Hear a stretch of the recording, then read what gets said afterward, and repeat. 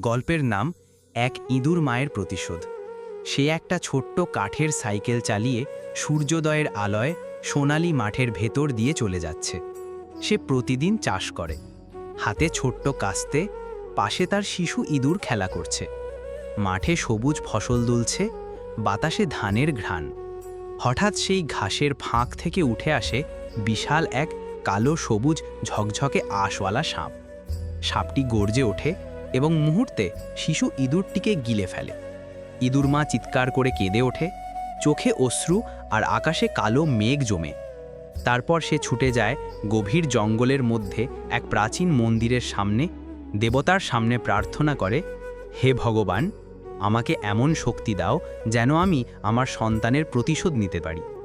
আকাশ থেকে এক ঝলক আভা নেমে আসে, আর সেই ইঁদুর মাই রূপান্তরিত হয় একটি বিশাল সাদা নেউলে। তার চোখ আগুনের মতো জ্বলছে, গায়ে রূপালী বর্ম।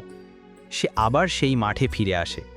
চারদিকে ঝড় ওঠে, ধুলো, বজ্রপাত, সব কিছু ঘিরে নেউল ও সাপের মধ্যে শুরু হয় এক মহারণ। স্লো মোশনে লড়াই চলছে। নেউলের থাবা আর সাপের বিষাক্ত ছোবল। মাটি ফেটে যাচ্ছে, আকাশ গর্জে উঠছে। শেষ দৃশ্যে দেখা যায় নেউল দাঁড়িয়ে আছে জয়ী হয়ে, সাপ পরাজিত।